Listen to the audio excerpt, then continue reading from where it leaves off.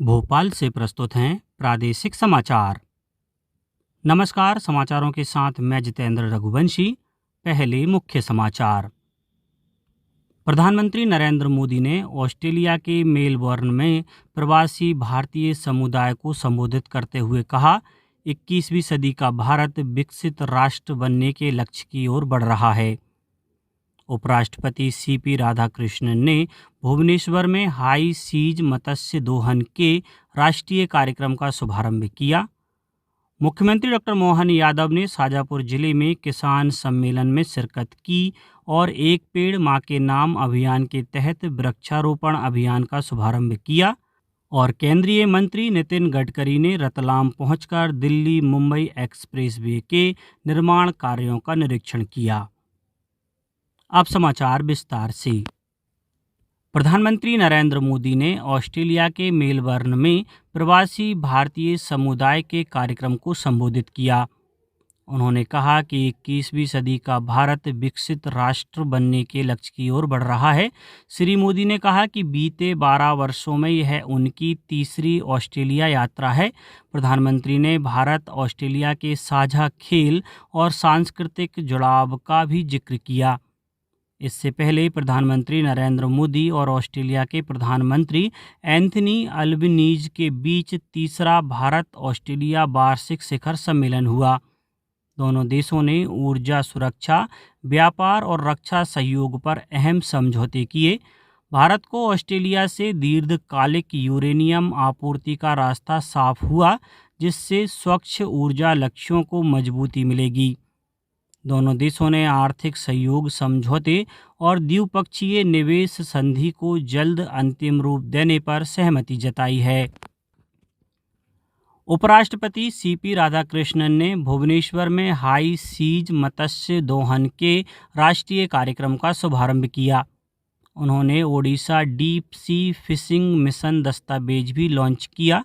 उपराष्ट्रपति ने देश भर के 10 फिश फार्मर प्रोड्यूसर ऑर्गेनाइजेशन और मछुआरों को लेटर ऑफ ऑथोराइजेशन सौंपे। उन्होंने कहा कि यह पहल भारत की समुद्री यात्रा में नए अध्याय की शुरुआत है। इससे मछुआरे गहरे समुद्र के संसाधनों का सतत उपयोग कर सकेंगे। भारत आज दुनिया का दूसरा सबसे बड़ा मछली उत्पादक देश है। उन्होंने युवाओं से मत्स्य पालन को आधुनिक व्यवसाय के रूप में अपनाने की अपील की।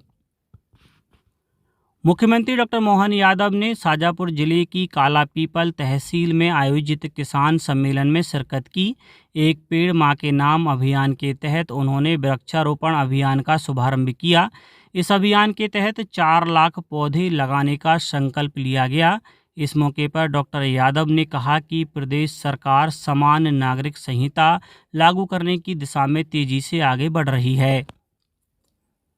प्रदेश में दतिया विधानसभा उपनिर्वाचन के लिए नियुक्त सामान्य प्रेक्षक विजय भारती और पुलिस प्रेक्षक के त्यागराजन ने मतदान केंद्रों का निरीक्षण किया। उन्होंने बिजली, पानी और शौचालय जैसी सुविधाओं का जायजा लिया। प्रेक्षकों ने पॉलीटेक्निक कॉलेज में बने स्ट्रांग रूम और गणना कक्ष का भी निरीक्षण किया। इसी दौरान दतिया में फ्लाइंग स्क्वाड और स्टैटिक सर्विलांस टीम को सी विजिल और ESMS ऐप का प्रशिक्षण दिया गया। इन ऐप के जरिए आचार संहिता उल्लंघन की शिकायतों का निपटारा 100 मिनट के भीतर किया जाएगा। उप मुख्यमंत्री राजेंद्र शुक्ल से यूनिसेफ इंडिया के प्रतिनिधिमंडल ने वल्लभ भवन में मुलाकात की। बैठक में शिशु और मातृ मृत्यु दर घटाने, एनीमिया नियंत्रण और बाल विवाह रोकथाम पर चर्चा हुई। उप मुख्यमंत्री शुक्ल ने कहा कि इन चुनौतियों से निपटने के लिए सभी विभागों में समन्वय जरूरी है। उन्होंने यूनिसेफ से मास्टर ट्रेनर्स की क्षमता निर्माण में सहयोग का आग्रह किया। यूनिसेफ प्रतिनिधि जैस्पर मिलर ने राज्य सरकार के सुमन रोड मैप और mother and newborn child care units की पहल की प्रशंसा की। केंद्रीय मंत्री नितिन गडकरी ने सुबह रतलाम पहुंचकर दिल्ली मुंबई एक्सप्रेसवे का निरीक्षण किया। रतलाम कलेक्टर मिसा सिंह ने उन्हें निर्माण कार्यों की जानकारी दी। श्री गडकरी ने पैचवर्क का काम जल्द पूरा करने के निर्देश दिए। दिल्ली मुंबई एक्सप्रेसवे का करीब 244 किलोमीटर का हिस्सा प्रदेश से होकर गुजरता है। यह राज्य के मालवा क्षेत्र के 3 प्रमुख पश्चिमी जिलों रतलाम, मंदसौर और झाबुआ को सीधे देश की राष्ट्रीय राजधानी और वित्तीय राजधानी से जोड़ता है।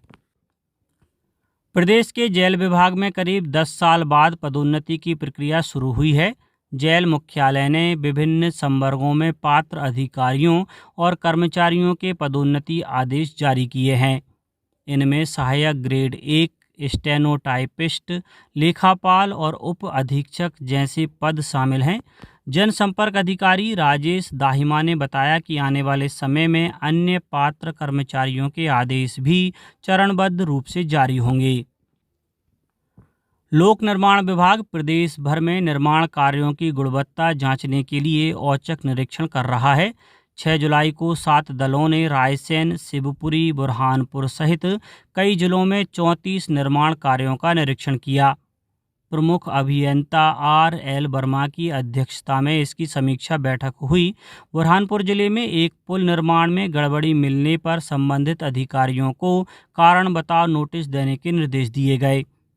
इसी जिले में एक सड़क निर्माण की गुणवत्ता भी ठीक नहीं मिली, जिसके बाद निर्माण एजेंसी का पंजीयन निलंबित करने की कार्यवाही के निर्देश दिए गए।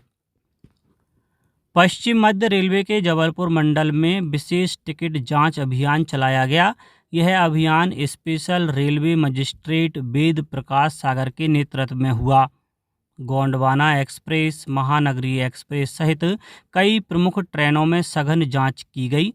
बिना टिकट और अनियमित यात्रा करने वाले 66 यात्रियों के खिलाफ कार्रवाई हुई।